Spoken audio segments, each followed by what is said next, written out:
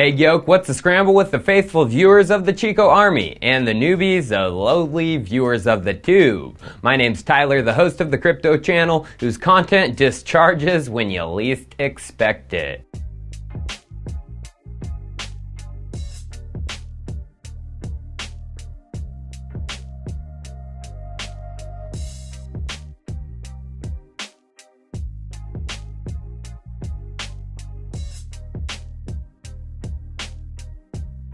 Don't slip, potato chip. It's time for Chico Crypto.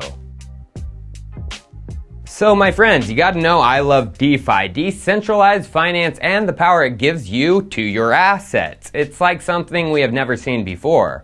Try to think back 10 years ago, even 4 years for some, shoot, even last year for many. Your dollars, aka the large chunk of many assets, what did they do? They sat in your bank account and they did nothing. Now what can your dollars do in DeFi? Well, a whole lot more. You can easily lend from a hardware wallet from the comfort of your own home. You can borrow too. You can pool your assets in different ways too. Pool for charity, pool for yourself, or pool for lottery. Over the past few months, since DeFi started trending and bubbling like mad, many people and teams have taken advantage of the DeFi hype and have built products and protocols, some with value built in and some just plain hogwash crap. To see the ones that have value baked in, you gotta see which ones are actually being used. BitQuery, a data and blockchain analytics firm, put out this tweet 2 days ago. It showed the DApp smart contracts with the top unique users. Of course, Uniswap with over 220K was number 1.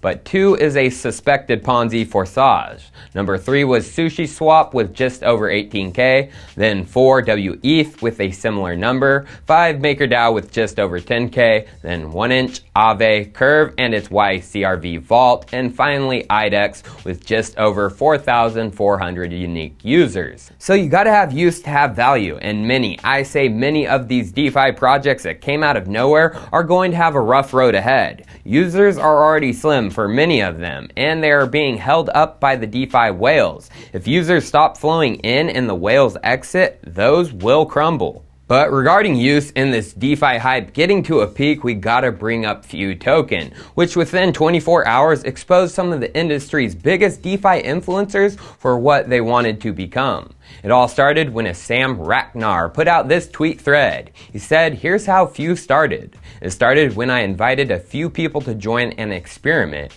Get some of the industry's smartest people together, equally distribute tokens, and see what happens." The Telegram chat was called The Experiment.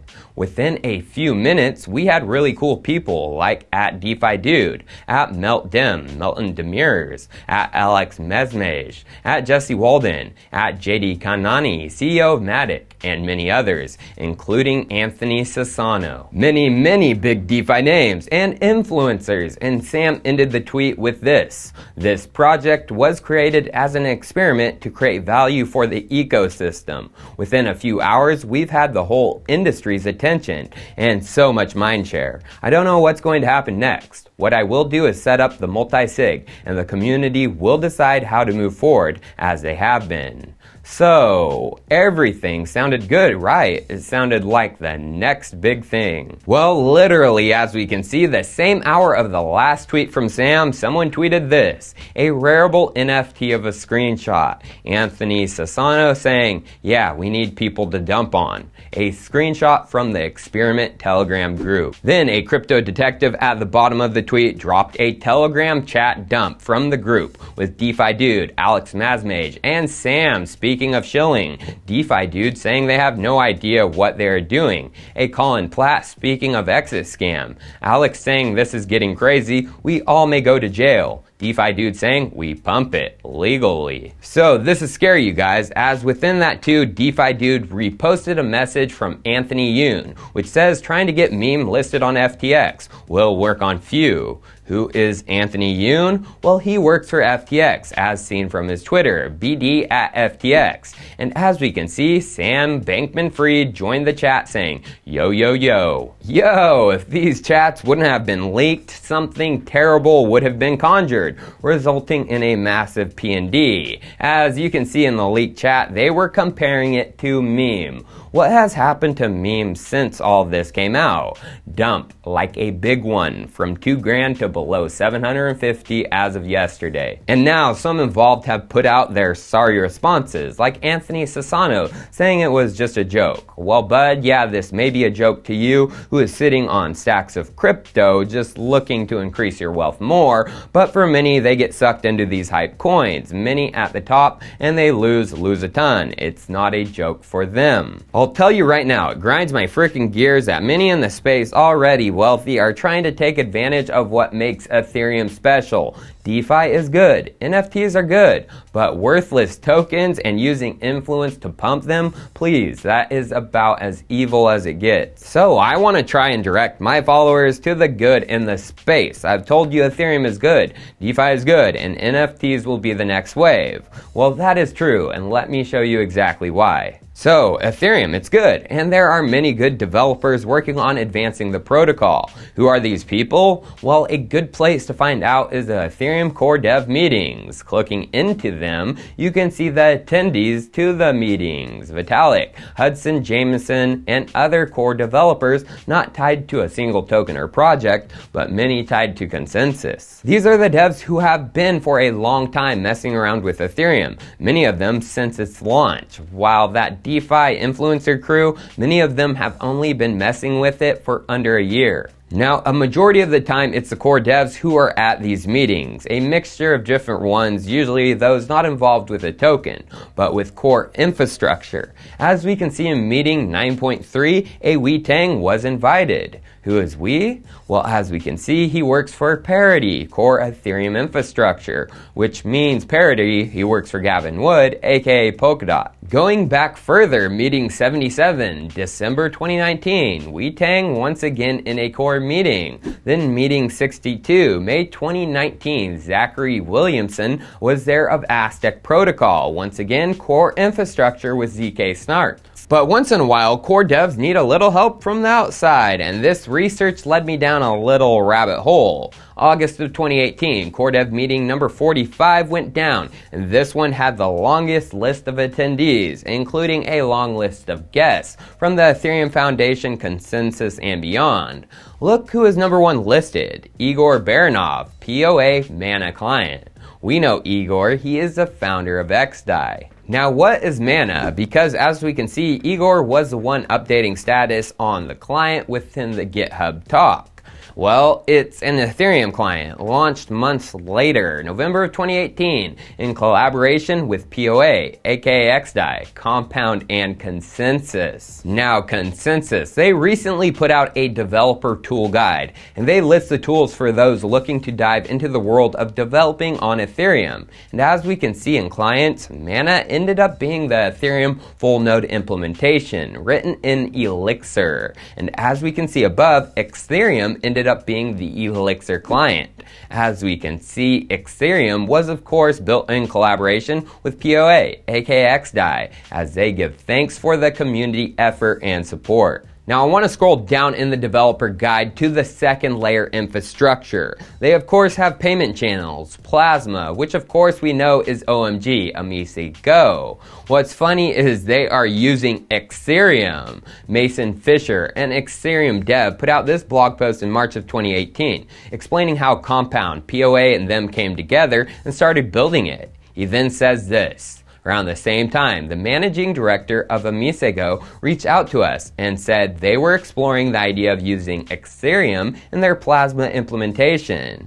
When we got on the call, they told us that Exthereum was also being considered for the Ethereum Foundation Grants Program. They'd been in contact with Vitalik, and he'd supported funding us as well. So even Plasma is using something POA xDai has worked on. Well, going back to layer 2, they have in the DevTool guides, it says sidechains, and look what is listed, POA network. Consensys says this, POA products are for people who believe that the Ethereum protocol must be cheap, fast, and scalable. POA, xDai, BlockScout, Token Bridge, POS-DAO, Nifty Wallet. Then they list the bridges and Loom network. So I'm just calling it like I see it. POA and xDai is everywhere in the Ethereum ecosystem. Stuff they have worked on and built is with within Plasma. Exthereum is obviously used by Compound, and Consensys has partnered with them. Now all you have to do is look at CoinGecko. Compound and OMG network with Plasma, they are right next to each other,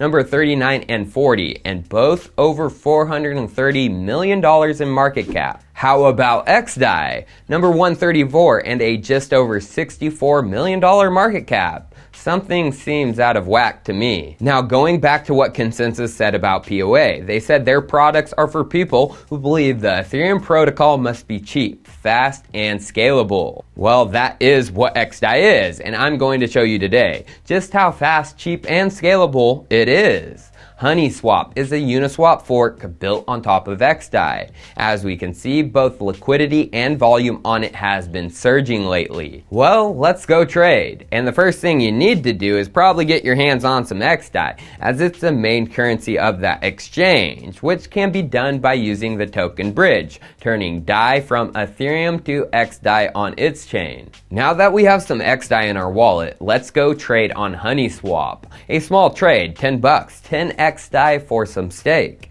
Usually on Ethereum, the gas fees would make a trade like this unfeasible, unrealistic. Not on xDai. Easy and simple, just like Uniswap. The gas fees are literally nothing. 0.000143 of an xDai, aka a buck. Fast and swift, and it literally confirms the transaction in MetaMask before you can pull up the Transaction Block Explorer to check. And then you just gotta refresh to see your balance. That could have taken me 5 to 15 minutes on Uniswap or more and cost me 10 bucks just in gas fees. And on xDai, you could even be like, I didn't want to make that trade, and switch back in the blink of an eye without paying ridiculous fees. Now when I see opportunity, and HoneySwap UI speed and fees are hard to beat. Going back to the liquidity of HoneySwap, we can see it's only 3 though. Honey currency for the Honey DAO, xDai, and Stake. The rest not much. Why is this? Well, it's been limited unless you are a developer, knowing how to code or wanted to use some of the experimental bridges out there.